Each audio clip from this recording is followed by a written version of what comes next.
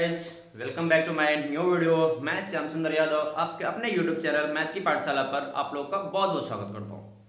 ठीक है, इस नए सत्र 2025 और 26 के लिए बहुत जल्दी लाइव क्लास और रिकॉर्डेड वीडियो की क्लास लेके आने वाला हूँ।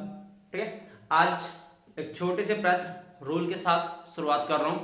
ठीक है ना, तो देखते हैं कि आज का ये प्रश्न हमारा क्या गया है। लेकिन उससे पहले यदि आपने चैनल को सब्सक्राइब नहीं किया है तो प्लीज चैनल को सब्सक्राइब कर लें, वीडियो को लाइक और शेयर जरूर करें, क्योंकि बहुत जल्द ही मैं लाइव क्लास और रिकॉर्डेड दोनों तरीके की क्लास लेके आने वाला हूँ। तो देर ना करिए सब्सक्राइब करने में, और हम देखते हैं आज का अपना प्रश्न, हमारा पहला प्रश्न। ठीक है दोस्त, चलो तो देख लिया, हमें दिया है दो आव्यूह ए और बी। कह रहा है ये व्युत्क्रम आव्यूह है, व्युत्क्रमणीय आव्यूह है, यानी ए और बी के व्युत्क्रम संभव है। यदि आपने पढ़ा होगा तो ठीक, नहीं तो मैं इसको भी और डिटेल से पढ़ाई दूंगा कि व्युत्क्रमणीय आव्यूह क्या होता है, मतलब इसका व्युत्क्रम करा जा सकता है। तो हमको प्रूफ करना है, ये बहुत ही इंपॉर्टेंट रूल है बाबू, आपके एग्जाम में अगर नहीं आए तो इस पर आधारित प्रश्न जरूर आ जाते हैं। ठीक है ना, तो ये क्या होता है, तो चलिए हम इसको प्रूफ करने का प्रयास करते हैं। हमको दिया है ए का व्युत्क्रम, ए का मतलब देखो एक चीज अभी बता दूं, अगर व्युत्क्रम होता है ना तो किसी का व्युत्क्रम उसका इनवर्स होगा, लेकिन उसमें एक चीज होता है कि A inverse is equal to I. ठीक है, अगर किसी आव्यूह का व्युत्क्रम संभव है तो उसके व्युत्क्रम आव्यूह और उस आव्यूह का जो गुणनफल होता है वो इकाई तत्समक होता है। अगर ए व्युत्क्रमणीय आव्यूह है तो फिर ये कंडीशन मिलेगी हमको। दूसरा बी भी है देन, तो वो भी हमको मिलेगा क्या, इज इक्वल टू आई। ठीक है, लेकिन एक और चीज समझ लो, ये किसी भी क्रम में हो जाए, वो इस तरीके से भी अगर है तो भी हमको इकाई तत्समक ही मिलेगा। और ये वाला भी यदि हमको कुछ इस तरीके से है कि बी इनवर्स बी, तो भी हमको इकाई तत्समक ही मिलेगा। ठीक है, या फिर अगर मैं आपको व्युत्क्रम का कॉन्सेप्ट बताने का प्रयास करूं तो किसी आव्यूह का यदि व्युत्क्रम संभव है तो उसकी सत्यता इस बात पर निर्भर करती है कि जो आव्यूह है और उसका व्युत्क्रम आव्यूह है, दोनों का किसी भी क्रम में गुणा कर दिया जाए तो आपको इकाई तत्समक हर हाल में मिलना चाहिए। ठीक है, अब देखो इस प्रश्न को हल करने का हमारा कॉन्सेप्ट क्या है कि यदि AB का व्युत्क्रम इतना है तो इस AB के साथ हमने इनका गुणा करा, मल्टीप्लाई करा, तो हमको हर हाल में इकाई तत्समक मिलना चाहिए। यदि ऐसा हम कर पाते हैं तो फिर हमारा यह रूल प्रूव हो सकता है, अदरवाइज नहीं। ठीक है, तो देर ना करते चलिए शुरू करते हैं। हम लोग शुरू कर लेते हैं यहां से। First of all A B के साथ बी इनवर्स ए इनवर्स का हम लोग मल्टीप्लाई करते हैं। ठीक है ना, तो देखो क्या करेंगे, करते हैं कुछ इस तरीके से, A B B inverse then A inverse. अब इसी में भैया हमको हल्का सा चेक करना है। क्या चेक करना है, थोड़ा सा चेक करना है, इनको जरा देखना, बी बी इनवर्स। हम यहां देखें तो बी बी इनवर्स की वैल्यू क्या हमारे पास भाई आई है।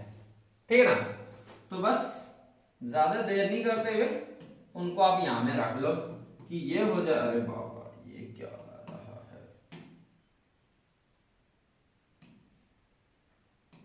ठीक है, ये हो जाए कितने, ए इसका मान तो हमने क्या बना लिया आई, देन ए इनवर्स।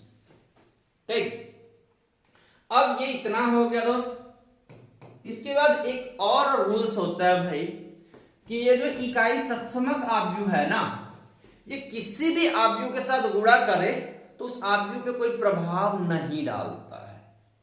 ठीक, उस आव्यूह को चेंज नहीं करता है, जैसा रहता है वैसे उसको बाद में दे देता है। यानी कि अगर हम करें ए के साथ गुणा तो इसका जो फाइनल वाला रिजल्ट मिलेगा वो हमको क्या मिलेगा, वो ए ही मिलेगा, वो चेंज नहीं होगा।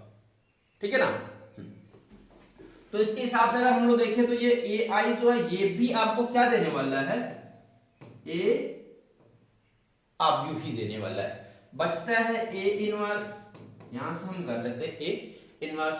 थोड़ा सा ऊपर जाके देखेंगे ना, देखो यहां में भैया ए इनवर्स की वैल्यू क्या हमारे पास आई है, यानी ये हो गया I, A B inverse A inverse.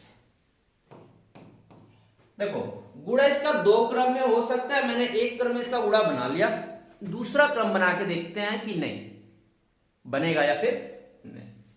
तो आइए उसको हम लोग इधर ले लेते हैं। अब की बारी मैंने ए बी को आगे लिया था, बी इनवर्स ए इनवर्स को बाद में लिया था, अभी इनको पहले कर लेते हैं, ठीक है ना। तो वो क्या हो जाएगा, वो हो जाएगा B inverse A inverse A B, ठीक।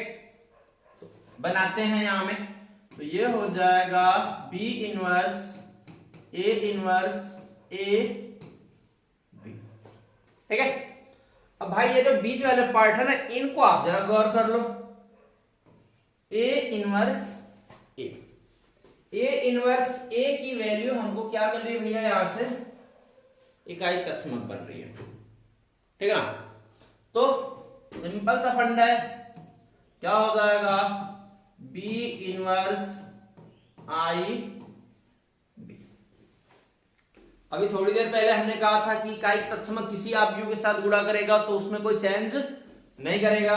यहां देखें भैया ये क्या है आई बी, यानी इकाई तत्समक बी के साथ गुणा करा तो कोई दिक्कत आने वाली नहीं है, जैसा बी था वैसा ही रह जाएगा।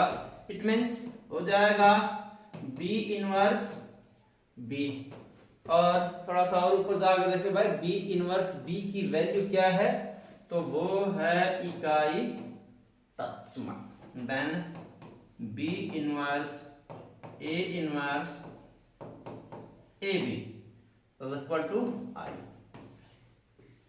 ठीक है ना। हम लोग देख सकते हैं भाई समीकरण 1 व 2 से ये दोनों ही क्रम आपस में बराबर है। इसका मतलब ये है कि भाई साहब ए बी का जो व्युत्क्रम होगा वो बी इनवर्स और ए इनवर्स के क्या होगा, बराबर, ठीक है। बात समझ में। वीडियो अच्छी लगी तो लाइक और चैनल को सब्सक्राइब जरूर करें, और भूल मत जाइए भाई बहुत जल्दी लाइव क्लास और रिकॉर्डेड क्लास दोनों स्टार्ट होने वाली है, ठीक है। तो चैनल को सब्सक्राइब जरूर करें। फिर मिलते हैं हम आगे लाइव वीडियो या फिर किसी रिकॉर्डेड वीडियो के साथ।